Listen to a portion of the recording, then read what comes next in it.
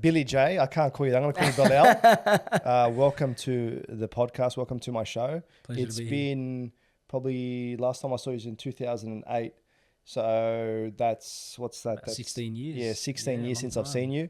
You popped up on my Instagram one day. I don't know if you paid for the ad or what happened, but the algorithm, it just came up. I'm like, I fucking know this guy. Yeah. I know him. What's going on? This Billy J figure, blue tick, 44,000 people.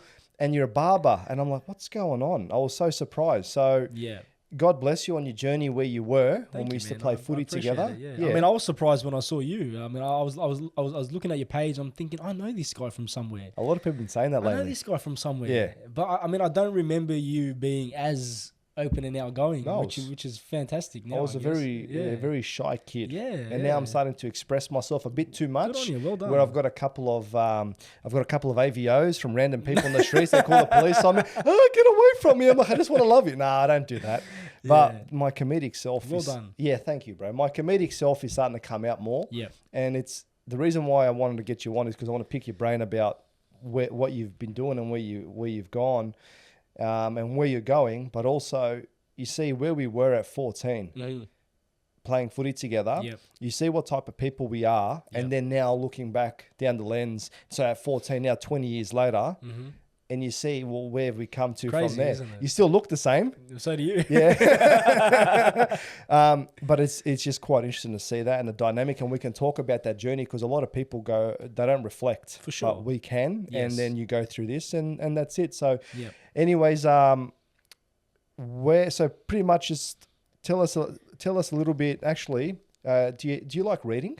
Do I like reading? Yes. Yeah, man. Do you have any, give us a couple of books? I mean, I'll be honest with you. I haven't read many books in recent years. Yeah. But I mean, I grew up on all the big novels. Yeah. The Harry Potters, the Lord of the Rings. Yeah.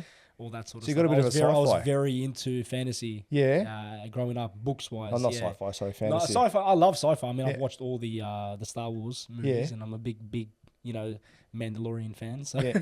Are you a fan of, would you, if you had to choose one, Batman or Superman? Oh, Batman. Yeah, okay, Batman. Oh, fucking there you go, Batman. There he is. Batman was king for me, man. Batman, yeah. Batman was king for me. How about you, Nick? Batman or Superman? Batman. Oh, if you said Superman, get the fuck out of your own room. Yeah, nah, man, Superman's a bit too cringe for me. So, I never liked him. Kryptonite takes over. Like, are you serious? Just Kryptonite, bro? Come on. There's something about a superhero that has no superpowers.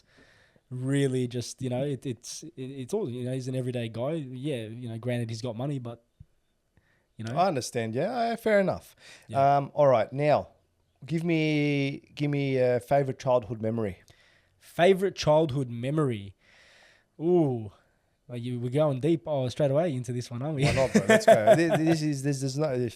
Yeah, look, favorite childhood memory would have to be just growing up. I grew up in a tight-knit family. Yeah. So there was me and 5 other cousins. I don't have any brothers, so I grew up with 5 other boys who were all my cousins. Yeah. And growing up, we spent all the time together. Nice. So favorite childhood memory would probably be kicking the footy in the middle of the street. Yeah. Which unfortunately you don't see many kids do today. No one does it. You can't really. But growing up, I remember we'd get home from school. We'd be on the street until the sun starts going down. Your mum would be in the kitchen.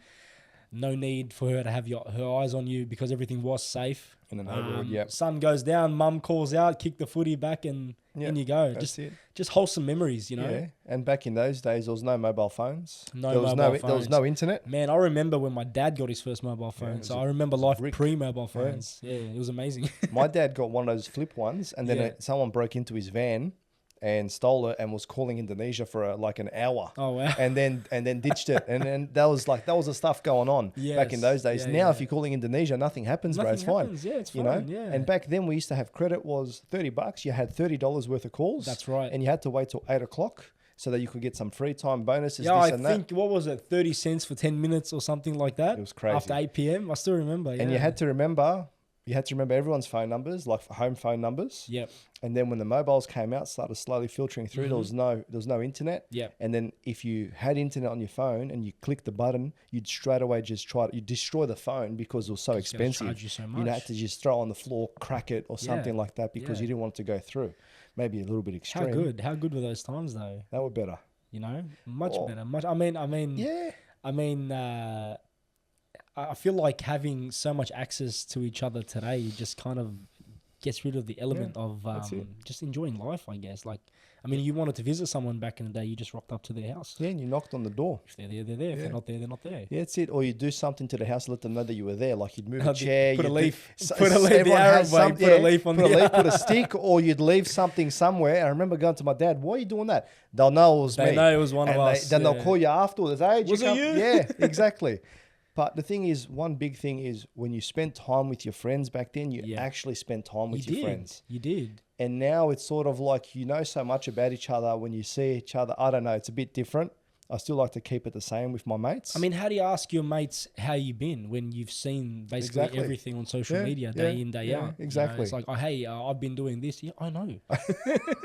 I've been seeing that. I can It's see. like, what's new? If you have opened up 100,000 barbershops, I know, I saw it. Yeah, but you're right about that, and I don't know, like it's not going to change anytime soon unless we it's go. probably going to get worse, if anything. Unless we go back to throwing sticks and stones with each other. You know, you never know You what's never going on know. with the You world don't know. economy and You stuff don't at the know. moment. You don't know what's going to happen. So. Exactly. So no, it's fair enough, man. It's good. So pretty much, where you grew up in what was it, Bexley or I grew up in Hurstville. Hurstville? I've been yeah. in the St. George area my Yeah, whole life. yeah. So I grew up in Hurstville. We were there till I was about 16. Yeah. And from there, we moved over to Beverly Hills. Yeah, So it's still nice. the same sort of area. Yeah, I grew up in Hurstville Yeah, I went to too. Hurstville South Public School. Where'd you go to high school? Hurstville Boys. And then you went to Oatley campus. Yeah, I Oatley remember campus, that. 11 and 12. Yeah. Yeah. And what happened after Oatley campus? Where'd you go? What happened? So after high school, originally I wanted to be a hairdresser. Now, I remember finishing school and Dad asking me, "So what are you gonna do? Have you made a decision? Have you applied for uni?" And I was like, "Well, I think I'm gonna do hair." And, you know, being an Arab parent who migrated here to give his family a better life, you know, there was always a stigma around hairdressers. Like, that was the sort of profession you'd jump into if you didn't know what you were going to do with your life, unfortunately. It's like meet the Zohan. Right? Yeah. And I remember my dad Coco. looking at me and my mum looking at me saying, "You're going to do hair?" Yeah. No, no chance. You're going to university. You know, you've done well in... Because I was an okay student. Yeah. And I did pretty well in the HSC. And What'd you get? 80.6. Fuck, I got It 67. was all right. I mean, I could have done better, but you know, I got 67.7. My mum rounded it off to 70. Yep. She goes, "You got 70." Yes. And I remember playing Call of Duty Yeah. before every exam. Yeah. You know, so I didn't do too well, but it's all right. Look, I mean, I did really well up until the start of year 12. And then once year 12 started, you know, you just kind of, just the pressure of it all, like you kind of, like, do I really need uni? Do I want to go to uni? Does it really matter? I mean, I don't even want to go to uni, you know, so does it really matter? Yeah, anyway, Dad looked at me and said, "Nah, you're not doing hair. You're going to university." Yeah. You know, I didn't move my life here and to give you guys a better life for you to go cut hair, you know, because there was that stigma around it. And, you know, young kid, Arab father, you're not going to talk back. You're not going to disagree. No, So you it was don't like, do okay, that. no problem, you know. So I got into Western Sydney University Yeah. on a double degree of business and law. Oh, yeah. So the next best thing was, you know, I'm going to be a lawyer. 1 year in, I dropped the law component when I realized what law really is. It's definitely not what you see in Suits. It's not what you see on TV. No, it's not like that. I just couldn't, you know, the 1,000-page readings and all that sort of stuff. It just wasn't for me. It was really boring. Yeah. So I dropped that and I found the business side of things a lot more interesting. Yes. So I finished that degree. I was about 21 when I finished that degree, and from there I just got into the finance field. You know, So that was business, or was that commerce, or like business and economics? commerce. Business and commerce. Okay. I majored in marketing. Yeah. But straight out of uni, I got a couple of call center jobs, working in sales. Yeah. I think that, you know, sales. Whenever anybody asks me today, you know, what's something I can get into while I'm at uni or right out of uni or whatever it is for the best sort of life experience or business experience, it's sales. Yeah. You know, I tell everyone, if you can get yourself into sales, even if it's a call center job, whatever it is, Yeah. get yourself into sales, get some sales experience. Yeah. You know, so I did that for the first year. From there, I moved over to a company called Credit Repair Australia, Oh, where okay. we were fixing credit histories and credit reports. Yeah. And I was in the sales department, so Yeah. I was selling the service. That's a good service to have too. It was a good service to have. I learnt a lot there, Yeah. and then I just used that as a platform to kind of I know it might sound a bit wrong, but I just wanted to move up as quickly as possible and try to get as much money as I could as possible. Of course, there's nothing wrong with that. Yeah, so from there, I got a job offer at GE Money as a central compliance manager. I did that for about 6 months, moved over to another company called Lease Plus, where we did novated leasing. I was the business development manager for New South Wales. And then from there into banking and finance. Worked in Bank West head office for a little bit, then moved over to a branch. Ran a branch. I was a branch manager for about a year. Cool. And then, man, I was coming up to my wedding. I was about to get married, so I was 25 at the time. Yeah. And I just realized, man, what am I doing? I've been doing this for X amount of years. I don't enjoy this at all. I mean, I'm good at it. Yeah. I'm good at it, but I guess if you apply yourself to anything, you can be good at it. Agreed. But I didn't enjoy it. So I thought, if I'm ever going to make the move, it's going to be now, So I remember this was right before my wedding. I would say about a month before getting married. I approached my father and I said to him, are you happy with the career choices I've made and et cetera, et cetera. He looked at me and he said, of course, mate. I mean, you're earning over 100K a year and you wear a suit and tie and go to work. Of course I'm proud of you. Yeah, I know. I said, well, it's great that you're proud, and I'm glad I made you proud, but this isn't for me. This is not what I'm going to do for the rest of my life, So it ends here. What are you going to do? I'm going to get into hairdressing. This is what I wanted to do when I left school. And I remember not even discussing it with my fiance at the time. We were a month out from the wedding. Yeah, I know. And I quit my job. I said, in my mind, it's like, I'm going to get married. I'm going to go on my honeymoon. When I get back, we'll, all guns blazing, we'll hit the ground running and we'll work it out, That was it. Gave my wife to be a heart attack. She was like, what the fuck are we going to do when we get back from our honeymoon? Like, what are you talking about? We had just bought an apartment. We got a mortgage. Yeah. I was like, it's going to be okay. Yeah. It's going to be okay. What do you mean it's going to be okay? It's going to be okay. Yeah. Yeah, I'm not just going to be a hairdresser. I'm going to be a business owner. And you know what, man? Credit to her. She had that belief in me the whole time. That's what you need, bro. Yeah, she freaked out. Of course. She freaked out and she wondered whether we were going to make it, but... That's normal. That's normal, yeah. If she didn't go down that way, you'd be, it's a bit worrying, but that's a completely normal thing, but she backed you, and that means you found yourself a good woman. Yeah, a lot of other women wouldn't have backed it, especially a month out from the wedding. We're going to go on a honeymoon and come back and have no money. That's a golden woman, man. God bless. Nah, she's been my rock from day one. That's good. Yeah, so we got married, blocked it all out of my mind, got married, went on our honeymoon, came back, and she went back to work. She's in clinical research, so she went straight back to work. Yep. And I sat there in the living room looking around saying, okay, so are we going to do this or not? Yeah. And I remember first thing I did was approach my current, who at the time was my current barber. And I approached him and I said, dude, I want to get into hair. And he looked at me saying, no, you don't. You don't want to get into hair. Mate, you're a banker.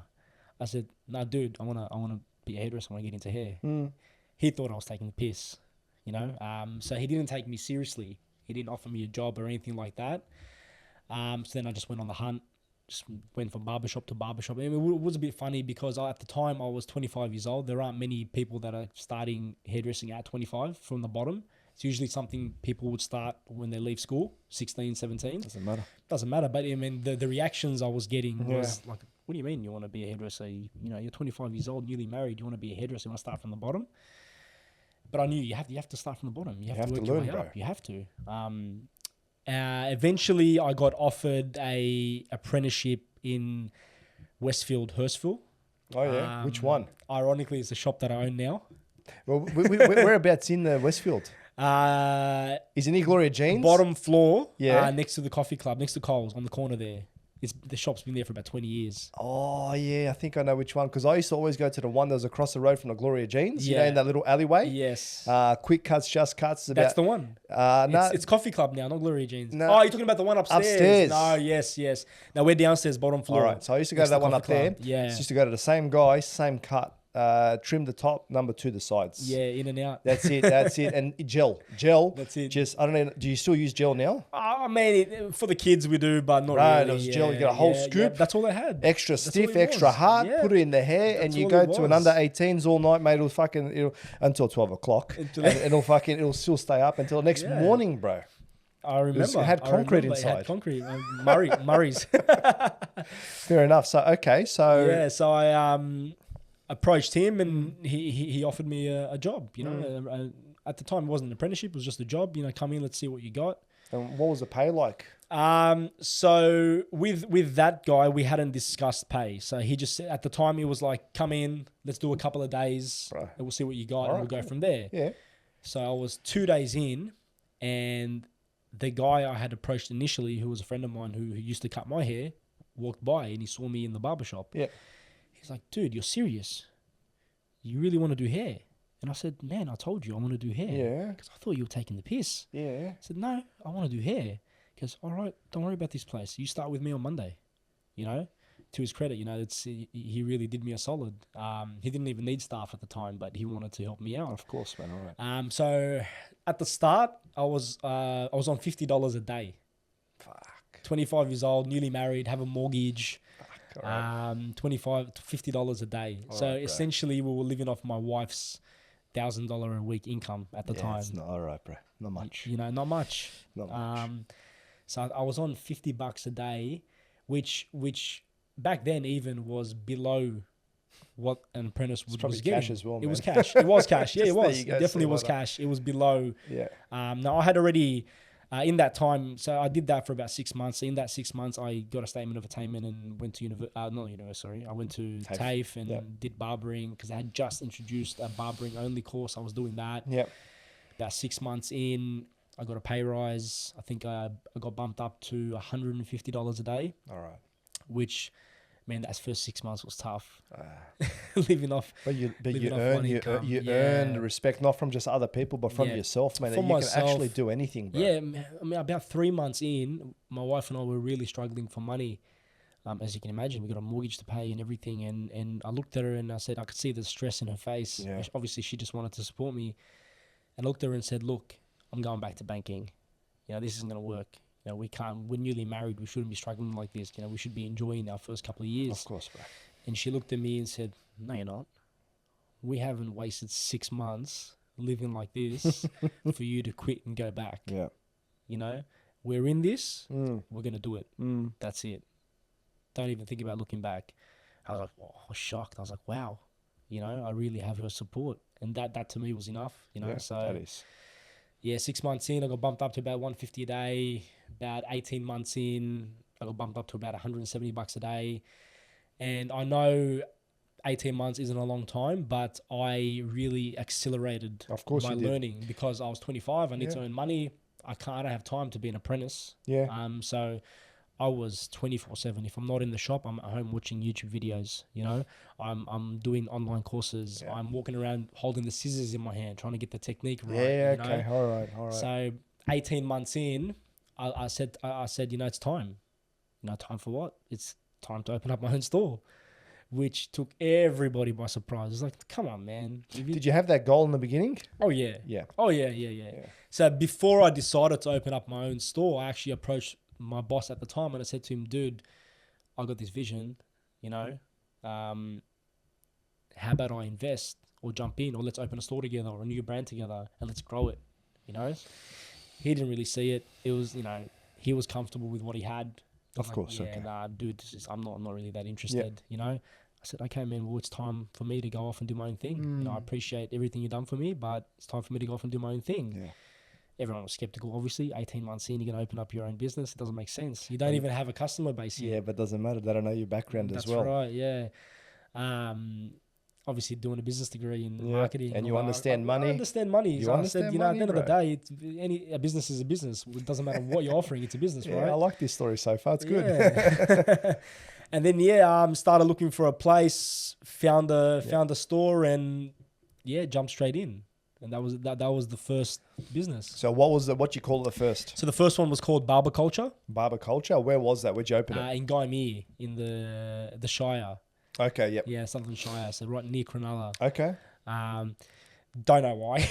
I went to Gymea. I had no customer base there because I was working in Riverwood for the last 18 months. All right.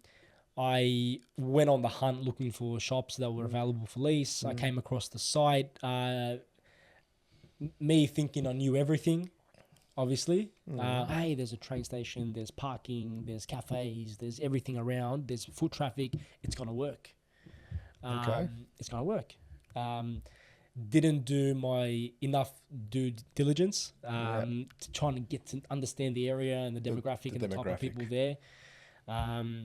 Opened up the store and I suffered for about 2 years.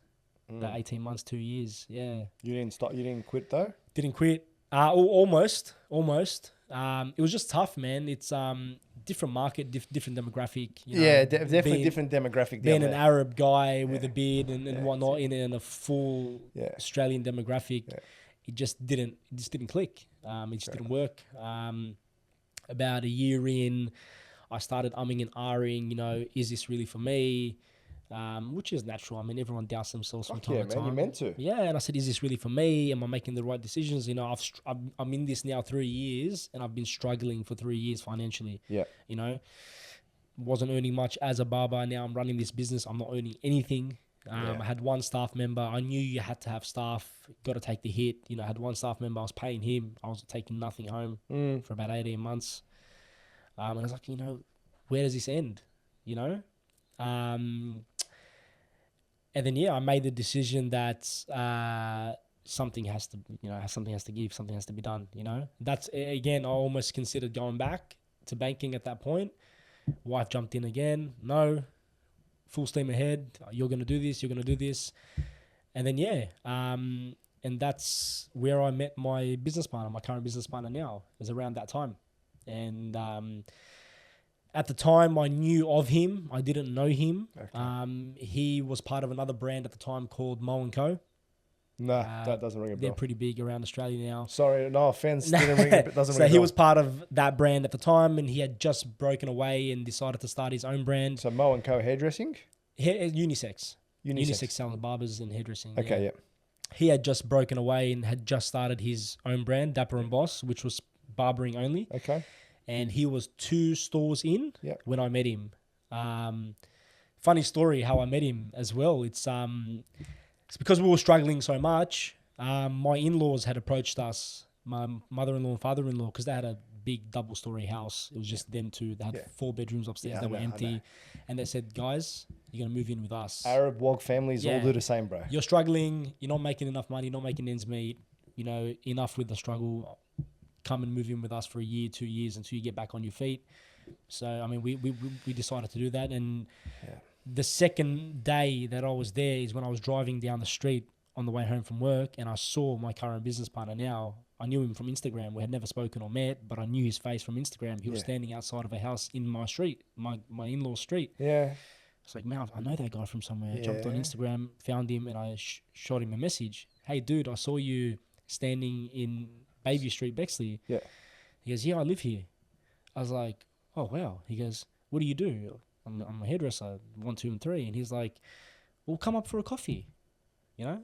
We didn't know each other from a bar or soap. He was like, yeah, just cross the road. Come up for a coffee. Let's have a coffee. Let's chat. Nice bloke. He invited me into his home. Walked in, he introduced me to his wife, his kids, and, you know, we sat down, started talking business, explained to me what he's been doing, his history, his past, the brand he had just started. And at the time, he wasn't trying to sell me on anything. It was just like, I just want to meet you. Let's talk about this. What are your goals, etc. And then, he started taking me on the road with him, showing me a couple of sites and whatnot. And then I just decided, you know, he was in shopping centers only. And that was always kind of my goal, my vision. I was like, you have to be in shopping centers, you know. But anyone I would say that to would be like, you're crazy. You know, shopping center rents are nuts. You're not going to make money. You're but the money. barber shops in shopping centers are usually busy too. That's right, because you're getting about 100,000 people walk past a day. And then, about 6 months after meeting him, I decided to bite the bullet and jump in at the time to a franchise. With him? Yeah. Right. Franchise partnership, you know, we owned the store 50-50. That was at Westfield East Gardens. So that was my first store. then the relationship just developed from there. 6 months. So we opened the first store in October 2018. That was my first store with him. By June 2019, I had invested into my second store. So whatever money I made, because we were still living at my in-laws at the time, so we had no bills or expenses. So I'm like, oh, this is the time. If we're going to do it, we're going to do it now, you know? So whatever money I made, I pumped it into the second store, which was in Darwin. The opportunity came up to open a store in Darwin, of all places. How? Well, we had a guy that was working with us who needed a sponsorship visa, and at the time, hairdressing wasn't open in Sydney, but it was open in regional areas. Yeah, right. My business partner had gone up to Darwin, so the opportunity came up. And then by November 2019, so a year in, I had jumped into my third store, which was Westfield Chatswood. And then we just hit it off from there. It naturally turned into a partnership. It went from we're partners in a couple of stores to, hey, let's build this business together. It was just a natural occurrence. That's how it happened. And by the start of 2020, we had opened our first in Canberra. By mid-2020, we had opened a couple more. And then that's when COVID hit. But we used COVID strategically because obviously with everything hitting the shitter and people not knowing what was happening in the future, we were able to secure some really good deals for long term. So we were smart about it. Okay, businessmen again. We're not going to get these. If COVID wasn't happening, we're not going to get these deals. These rents, these contributions, etc. So, gotcha. So we signed some long-term deals, and then by the end of 2021, we were about 12 stores in. So, and then we just started happening from there. How many stores do you have now? At the moment in total, so we have 2 brands at the moment. So Dapper and Boss, Barberfield. Combined, we have 32 stores. Fuck. We recently started another brand called Dapper and Dame, which is supposed to be our unisex version. Yeah, that's the one that I'm going to go to with my long hair. There you go. Yeah, so we got one of those at the moment in Bondi as well. So we're about 32 stores in. And how are they all doing? Yeah, doing well. I mean, we've got a bunch of franchisees. They're all doing well. A lot of our franchisees own multiple stores now. So we've built a really good model. Yeah. Who built that model? You or your business partner? We both worked on it together. I mean, he's very instrumental, and he's really good at business development. He's really good. He's very charismatic. People love him. He's very good at securing good deals and business development. Whereas I was very good on the back end of things. The contracts, the franchise agreements, the license agreements, all that sort of stuff. So we kind of complemented each other. He preferred being out on the road, securing deals, and I was happy being in the office. And you also understood through your time through doing business and banking and whatnot, you understood how money works. That's right. Which I didn't get to understand till when I started engineering until the last couple of years. Actually, I stopped for a moment. I'm thinking, hold on a second, how does all of this actually work? And when you start dealing with like millions of dollars a month, looking at how money's exchanged and how the economy starts working within your project, you're like, it starts to trigger stuff. So I'm learning that now, but you knew that back then. So you knew you take this, you can use this for this, and you understand. And that's... I was lucky enough to know that, I was lucky enough to know that, which kind of reduced the amount of mistakes I would make money-wise, which was good. Yeah. So that's in short form, that's the story. That's how we met. That's what we got to, and now we're kind of I wouldn't say we're in cruise control, but now we're not really, unless it's the right location, we're not necessarily jumping in. You don't have to. We don't have to anymore. We've built the brand. We've got the franchisees. So now it just depends on the site, depends on the location, depends on the store, and we consider things very differently now to how we were back then. What's your demographic you look for other than Arabs? Other than Arabs? Or no? So what are you looking for? We love to target families. Okay. We love to target families. We love to have family-friendly environments. Yeah. Okay. For multiple reasons. Obviously, a mum comes in with her son. She gets a good service. She's going to recommend her husband. She's going to recommend her brother. She's going to recommend her friends, husbands and brothers. Yeah, I understand. So we love to target families as opposed to we want to target the Habibs from the area. Yeah, skin fades, let's go. It's great. It's all fun and games, but that's not how you build a brand. No, I got you. So you really got to target everyday people. Yeah, I know? got you. Yeah. No, all right. And at the moment, so what are we paying for a haircut? What's the standard haircut at the moment? So I with haven't had one in ages. As you guys can see, I've got a bun in the back. I haven't had one in a long time. So with us, so there's a bit of a shift happening in the market at the moment in hairdressing and barbering, right? So when we first got into shopping centers, we were seen as the premium barbers. So we were charging $35 for a haircut Okay. 6 years ago, when everyone else on the street was charging $18, $20. Yeah, So okay. we were seen as the premium barbers because we're in shopping centers.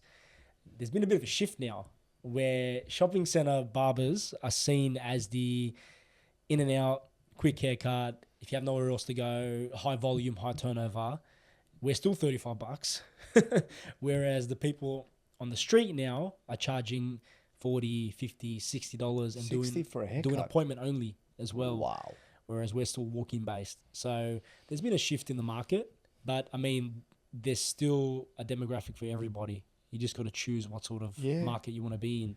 All I know is if, no, I got you. If I was to go back to my haircut that was similar to yours, I'll come and see you guys. Yeah. But man, I don't. And the reason why I didn't cut my hair was during COVID. You weren't allowed to go cut your hair. Yeah, perfect time to grow hair. Yeah, exactly. I grew it. And then finally I remember one day, you see on the news, our premier at the time says, I'm going to give an amazing announcement in a couple of days on something brand new thing that we can do again. Yeah, I was building. I'm like, fuck, I can't wait to see this fuckery. I remember that. And then she goes, oh, you can now go to a hairdresser and get a haircut. Only if you're double vaccinated. And I was just like looking at the screen saying, even if I was, which I'm not, I'm not going to go get a haircut. You didn't get vaccinated? No, I didn't. Good I on didn't. you. I didn't. I Good on didn't. you. No, Good on I you. didn't. Good on you. And I said to her, even if I was, I wouldn't go get a haircut. Open up the churches. How about people go see their loved ones? What is this? And that was just my whole thing. I was going there and I'm just like at the TV screen. Yeah. And then fast forward a couple of years, my hair's lovely and beautiful. No, but it's a mess, bro. When I wake up in the morning, it's like this. Honestly, I scare myself. I look at the mirror. Need a keratin treatment in there. No, I did. Okay, so the first time I had long hair, I did keratin. Yep. And I was going to like whatever that unisex barber is with all the girls that used to work in there. It was upstairs it was in the Coles. Mm-hmm. It was upstairs. I can't remember exactly where it was, what store it was opposite. It was opposite like some clothing. It was around the corner. Fuck, it doesn't matter. Yeah. It was yellow. It had yellow on the outside. And I went there and they used to give me keratin and whatnot. And it was good. But then my hair was fried. It was frizzy. Yep. It was damaged. And eventually I just cut it.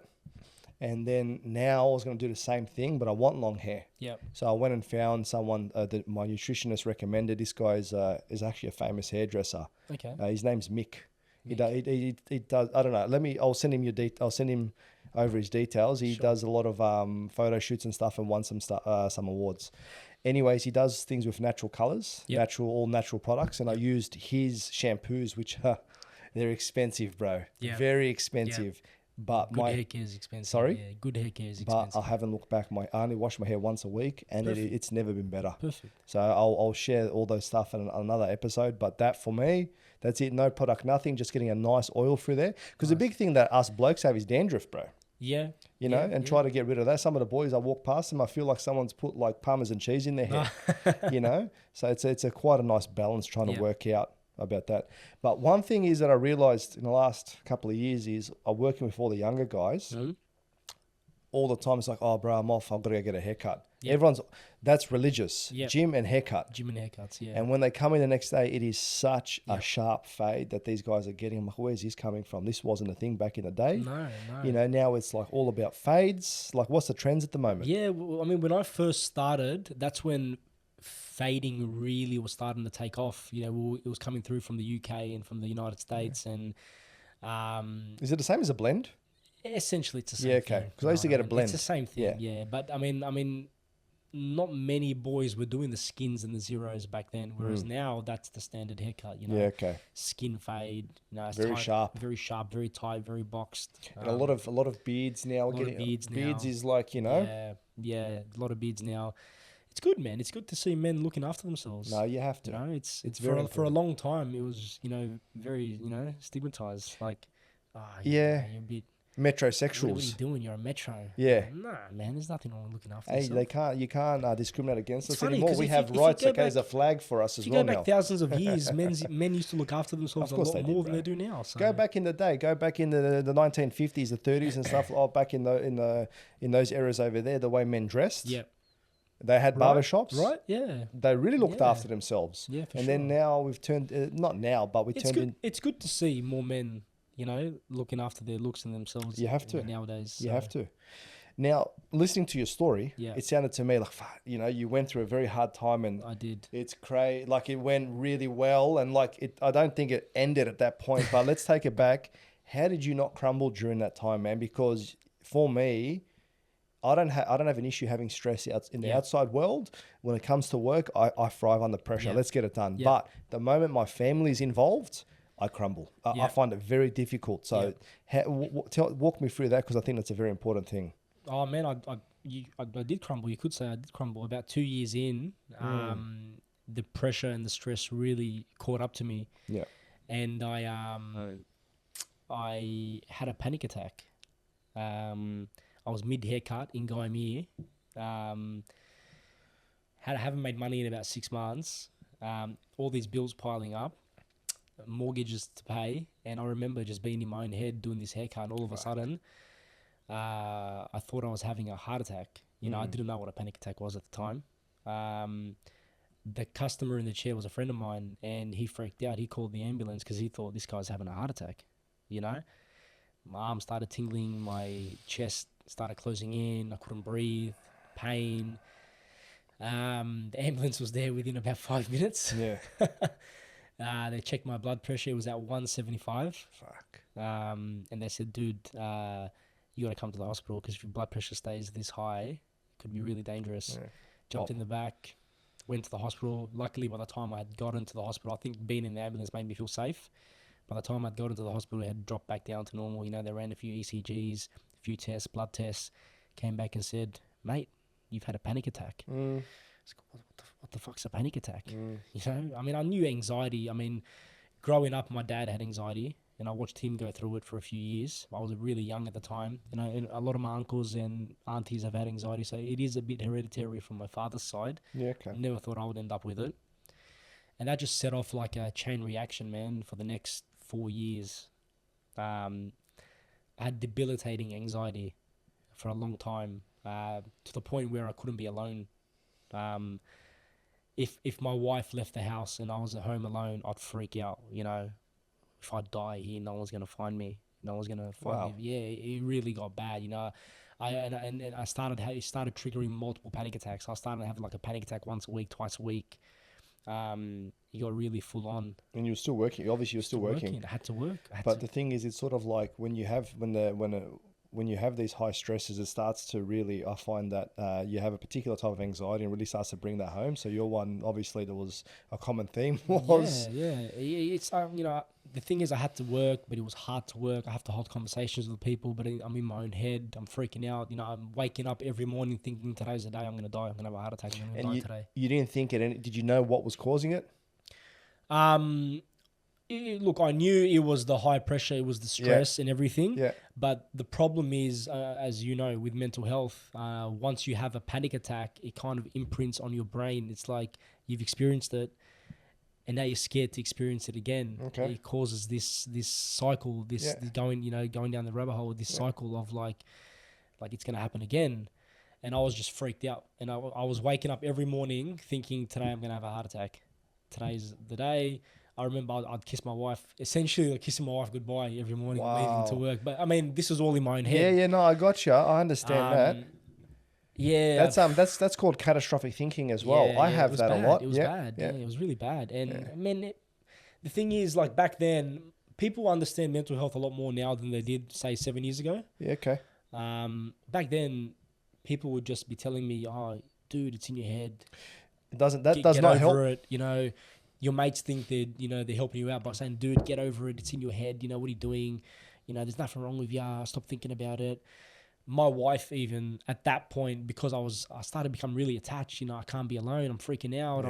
She started to started getting fed up with it because like you need to do something about this. You can't not do anything. You have to go get help. Yeah.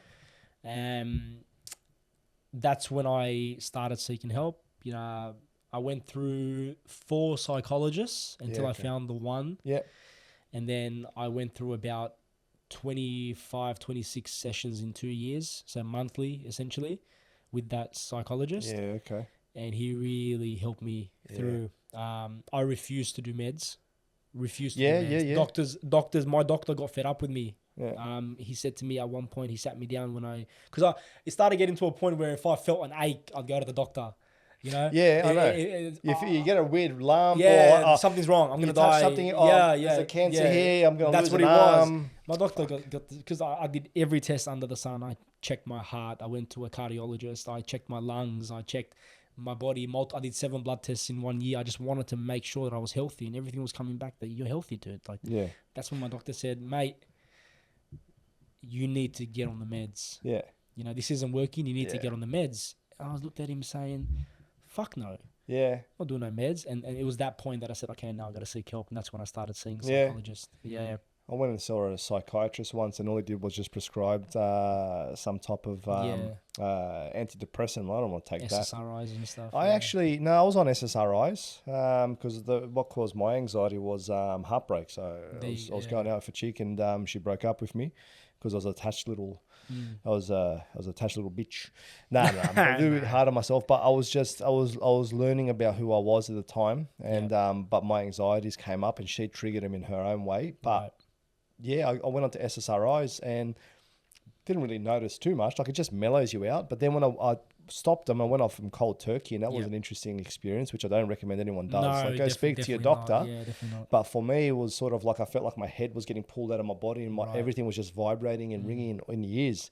But moving, that was back when I was 20, 21. Now at 34, I'm still got anxiety, but it's not as bad.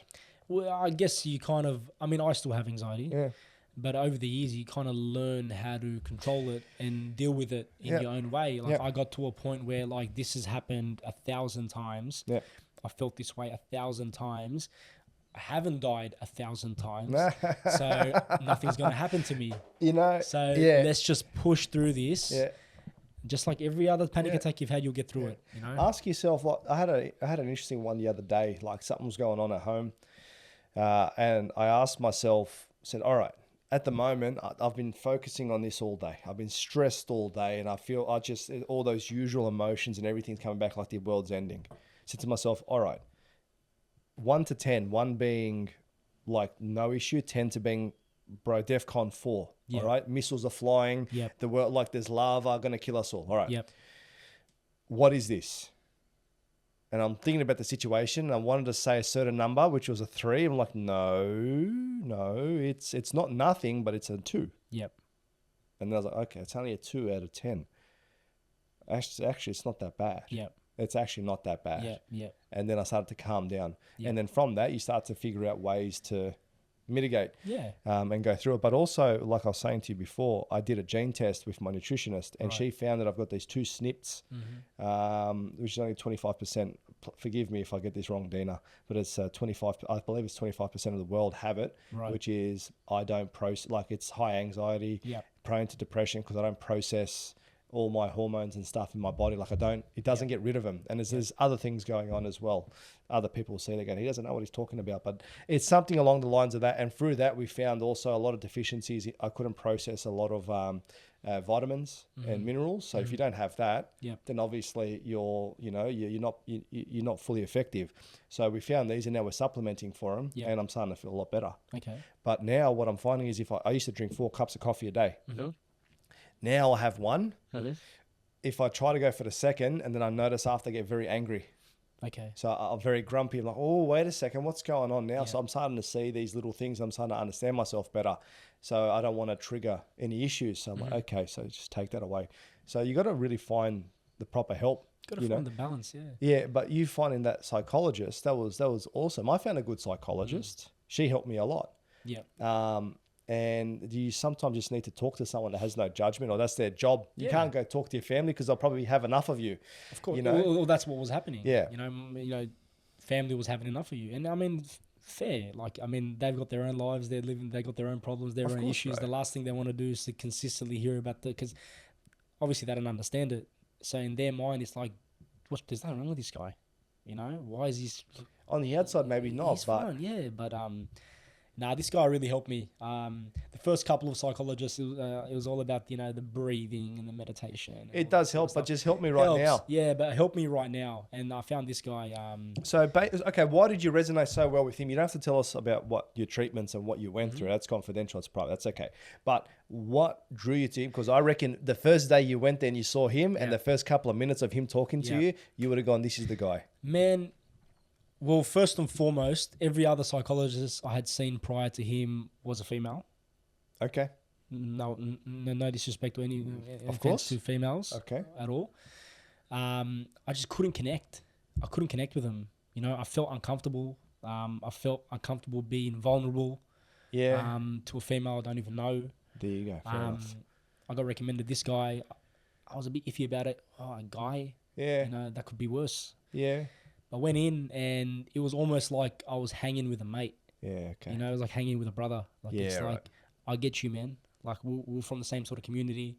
He was Lebanese as well. There you go. So it was almost like, I get you, man. I get you. And don't worry, you're safe. Yeah. Tell me.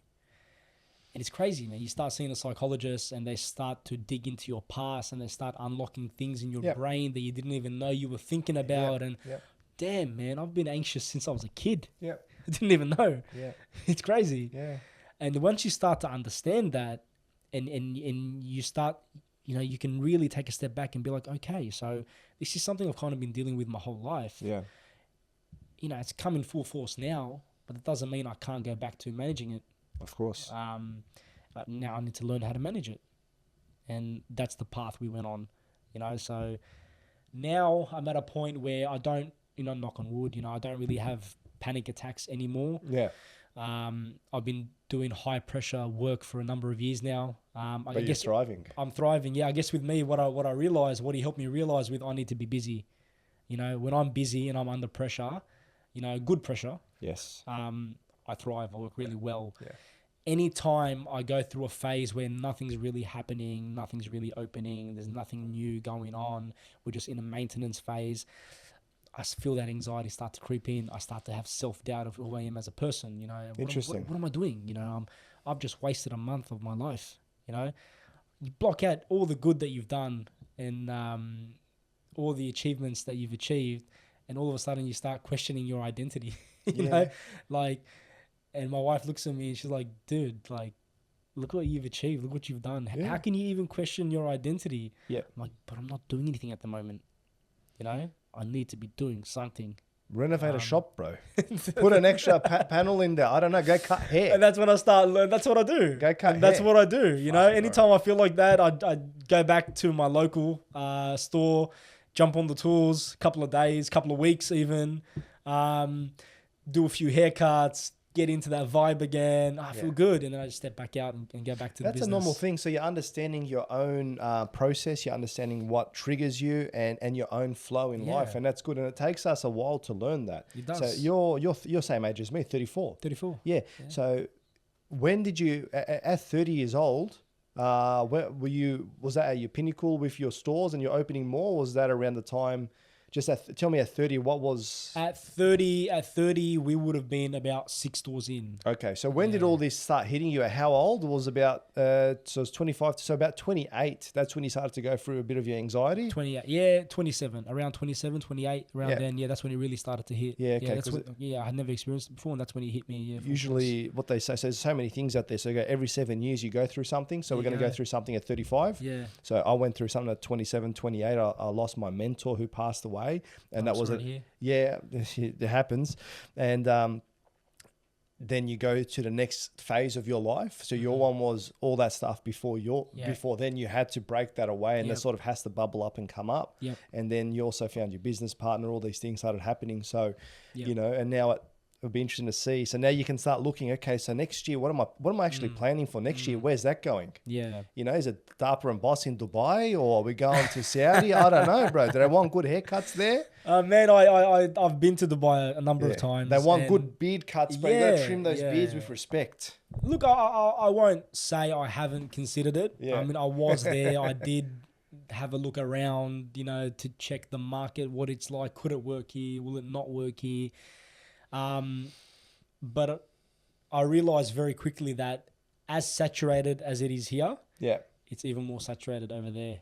Yeah, fair enough. All right. Barbering. So I thought, you know, it's not. All the influencers are over there, bro. That's what and I they mean, all look yeah. for their podcasts. And they look amazing. They all look sharp. Not me, bro. I'm keeping it real here, all right? I'm keeping it real. Nah, one day we'll see. Where's makeup, Nick? Where's makeup? Yeah, I want makeup, all right? So is hairdressing the only thing that you're doing? What else are you dabbling in, bro?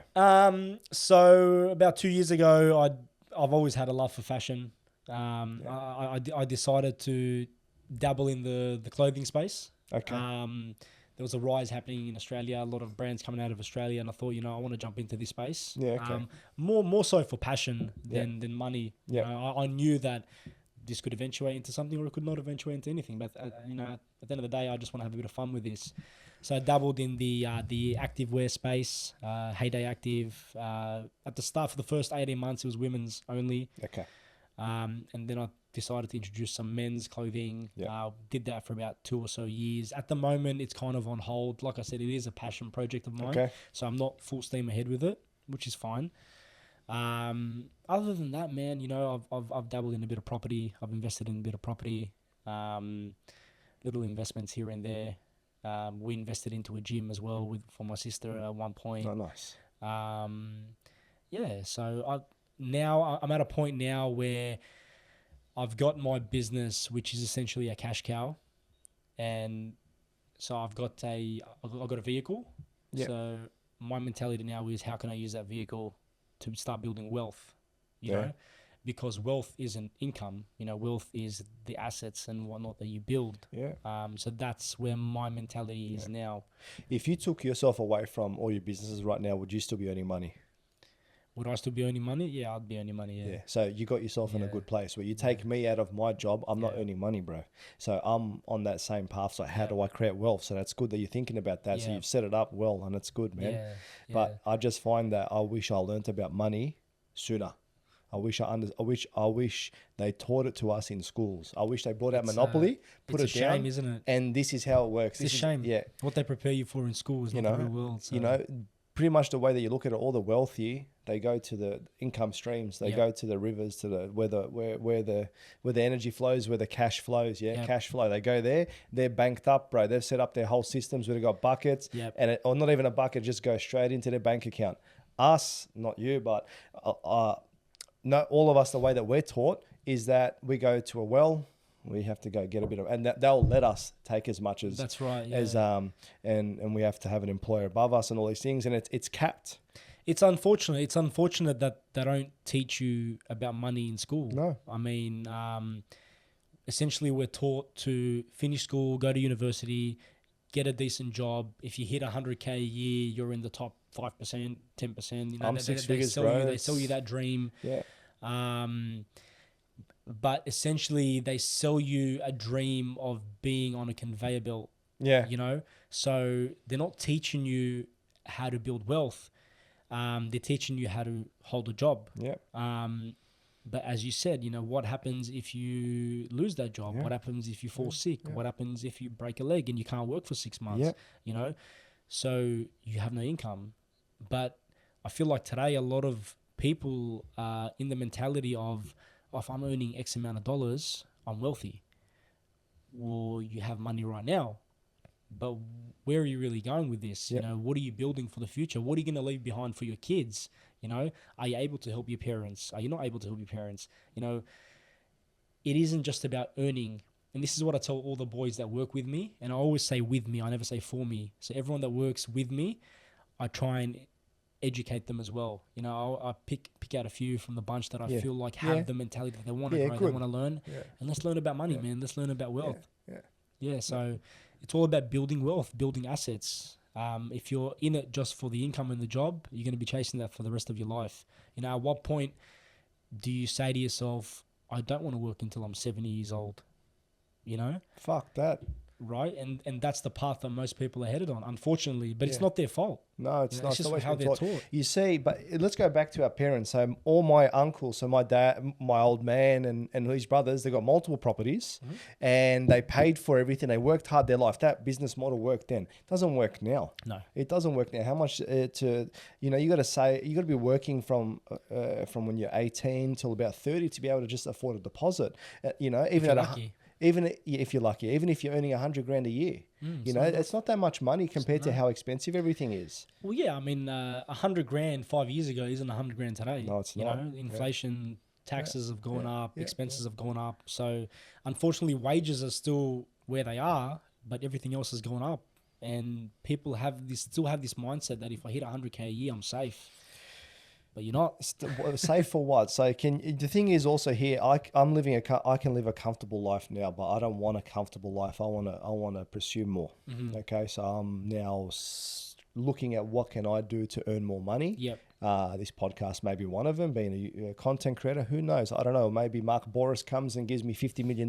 You don't know. That might happen. You never know. Mark, please. Stranger things All have right. happened. Yeah. Get onto him, Mark. But the thing is, so now with my work, now with what I'm doing, let's push it as high as I can get. How high can I get? Yeah. Fully functioning, high ones, early twos. Let's start going that track. Yep. And what else can I do as well? Yep. And the biggest thing I've noticed is sales, introductions, Yes. learning how to capitalize on this Yes. type of stuff.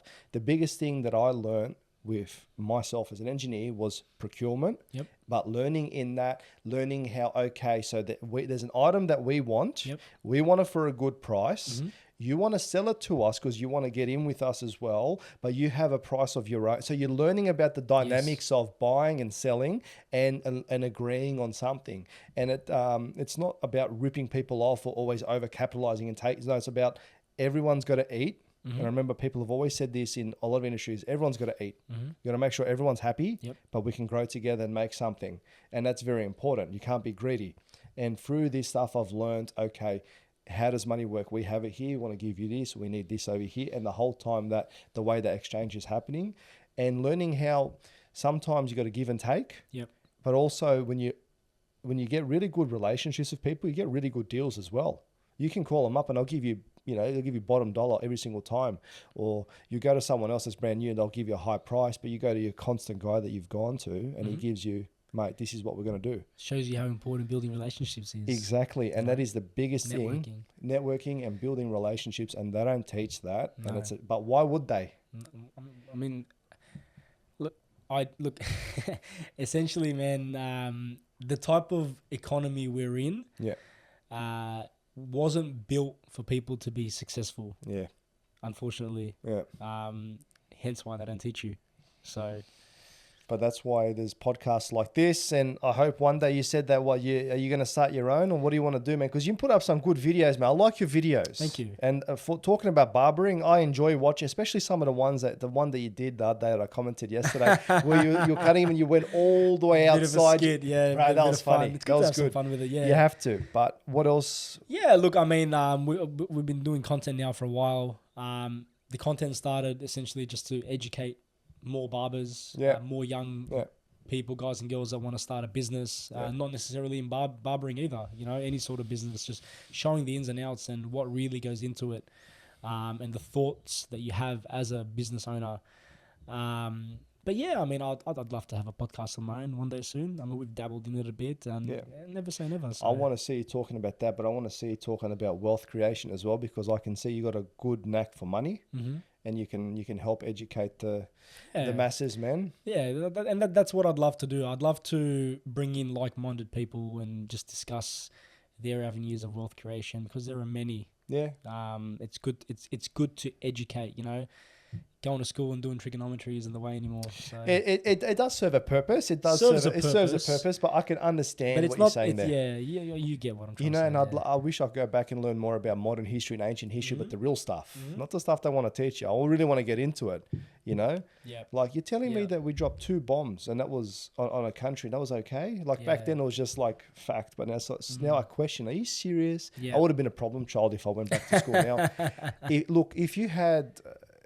What's some advice that you can give to someone that's looking to start out now, whether it's in barbering or a business, or looking to do a bit of like, they're just stuck. They want to do something more with their life. Yeah. Bilal, what can you, or Billy J, what advice can you give, bro? Look, I'm not going to jump in and give the cliche advice that everyone gives today where it's like, just do it. Yeah. You know? I just made some posts the other day about just do it, but okay, all right. Look, to an extent, just do it. Okay, no, Right? fair point. All right, please continue. But what I always try to educate people on is do your due diligence. Yes. You know, if you want to do something, if you want to start a business, good on you. You know, the fact that you're thinking about it, you know, that's the first step. Okay, so good on you for even considering starting a business. Well done. Not many people do. Everyone's scared to do that. But if you do want to go down the path of starting a business, educate yourself first. Okay, I think it's very, very important you educate yourself on money. Yeah. You know, unfortunately, I've seen a lot of people get into business too soon. Yeah. And they lose everything. They lose a lot of money. Oh. I mean, educate yourself on taxes. Educate yourself on payroll. Educate yourself on superannuation. Educate yourself on insurances. What goes into it? It isn't as simple as just opening the door and people paying you cash and that's it. No. It's better to get it right from the start. Obviously, you're going to learn as you go along. But if you can understand money at the start, it's going to make your journey a lot easier and a lot quicker. You know, you'll still make mistakes. Of course. You're still going to go backwards at times. You're still going to learn along the way. But if you understand money and taxes and how it all works, first and foremost, you're going to make your life a hell of a lot easier. So to go back to what you said, yes, do it. Just do it. But educate yourself first is what I like to tell the young boys. And find that information. Find yourself a good mentor. Yes. So you found yourself like your business partner was a mentor. So Essentially, yeah, he was my mentor. Yeah, you know, he's an older fella than you. He's a couple of years older than me. Yeah, okay, so he's gone a few through it. years older Okay, than me, yeah. Find yourself a mentor. Find yourself some good books, some good podcasts out there, and understand how money works. And you're right about that, insurances as well, the dynamics. When I say just do it, I mean sort of like for people that just want to have a crack. You have an idea, you have a goal. Start going down that path for sure. If you're an artist, start painting, start making music. Sure. It doesn't have to be perfect. Yeah. But if you're investing money, sort of want to, you know. Educate yourself. But if you're not investing money, if you're going to do social media or whatever it is, get into it. You know, I get approached all the time, you know, like, how do you talk in front of the camera? Don't you feel embarrassed? And embarrassed by what? You know, I'm talking to myself. So, you're right about that, man. So just do it. You know, the first videos you're going to put out are going to be rubbish. That's normal. So you know, one thing for me was when I started doing this podcast and creating content, I don't know, maybe, was I nervous? First episode a bit. I was a bit nervous. Probably a little self-conscious. Yeah, maybe because he was standing in the corner with no pants on, all right? No, I was, okay, so a little bit nervous. But yeah, I did hold back because I wasn't sure the dynamic. But when I started watching myself while we're editing, so that's how it looks. That's how it looks. And then even more so, it's like, okay, we're doing a skit, we're going to do something, and I'm freezing right now. I'm freaking out because I'm freezing. Don't freak out. That camera's rolling, but that camera can be rolling for the next 10 hours. It doesn't matter. You literally take a section. You know, so you do 1 take, 2 takes, 3 takes. It does not matter. Don't let it roll. Don't stop rolling. Understand that you can just sit down. Because what we did was we filmed, I'd come in, I'd sit down, and then I'd watch it on there. I just sat down. Oh, wait a second. My mind's now, I can see how this is working. And then a minute later, I start doing what I need to do. And then we just take that minute. Oh, it's not as bad. Okay, so stop being so hard on yourself as well, you know? Get out of your head. Exactly. So I think content creation is probably one of the biggest things. I'm the same. I mean, some of my 40-second clips that you see take me an hour. Especially with hair and makeup and the way you look. All that sort of stuff. I'm looking at this back and forth. This one here, this beard is just phenomenal. It is so thick and luscious. And mate, there's some Photoshop in there for sure. But you know what? God bless you, man. It's honestly been it's been an honor and pleasure. Because I remember you when we were 14, bro. We were going through puberty together. Not together, but at that time. Playing footy for Hurstville United and whatnot with all the guys there. It's to see where you've come to now. Honestly, it's a beautiful thing. Thank you. And the story that you've shared, is one of great conviction, but also listening to how your wife supported you. That's not an easy thing, and your parents. It just shows wog culture, Arab culture. We look after our families, Yes, and we do. otherwise, if we're a single unit, it doesn't work. You have to be a whole unit there. What I want to know is if you had some advice to give to yourself back when you were finding it the toughest, what would you say now if you could come back at that point? Just don't doubt yourself. Yeah. Don't doubt yourself. Self-doubt kills, as cliche as it sounds, self-doubt kills your dreams. Yeah. Don't doubt yourself. The minute you start doubting yourself is the minute you can really just start to, you have your downfall. So don't doubt yourself. If you ever feel like you're doubting yourself, just remember why you're doing what you're doing. Think of the wins. What I like to tell everyone around me is celebrate the little wins, Celebrating the little wins as you go along pushes any self-doubt out of the window. So, don't doubt yourself and be confident in who you are and just keep going. God bless, man. That's fabulous. That's beautiful advice. Are you having plans to open up another store? Where are you guys going? What's next? Yeah, we've got a few more in the pipeline for this year. We've got about 5 coming before the end of this year. Yeah. And then we'll assess then and figure out where we go next. No worries. So which one do you personally go to, or do you go to all of them? I go to pretty much all of them, yeah. I'm going to go for I'm going to find probably Wetherill Park. You want a Wetherill Park? Yeah, we have one. We have 2 at Wetherill Park. Go sort my beard out, all right? I'm going to have to start looking up nice and sharp. But sounds good. God bless you. Actually, where can people find you? Where can people find me? No. Your so socials. My socials are at This Is Billy J, across all platforms. Yeah. Where'd the J come from? My middle name. My middle name is Jamil. Oh, yeah, I remember. Yeah. Okay. All right. Fair enough. I was like, what's this J stuff, man? Billy J just stuck as a teenager. My dad started calling me that. Yeah, so, fair enough, bro. It's beautiful. Thank you very much for coming on. I appreciate you coming out all this way to the western suburbs. Thank you. You had to show your passport and whatnot when you came here, but I got stopped and searched along the yeah, way. you probably did, bro. Like a Cronulla rights all those years ago. Yeah. You know what? I look forward to seeing what else is coming up down the pipeline for you, and I'll come and get a beard trim, not a hair trim, from you. And God bless you and your story, your family, everything. And I wish you all the greatest success, my friend. Thank you. It's been a pleasure. It's been a pleasure seeing you again. And I wish you all the best for the podcast. Thank you. All right. Thank you, man. All right. See you, everybody. Bye-bye.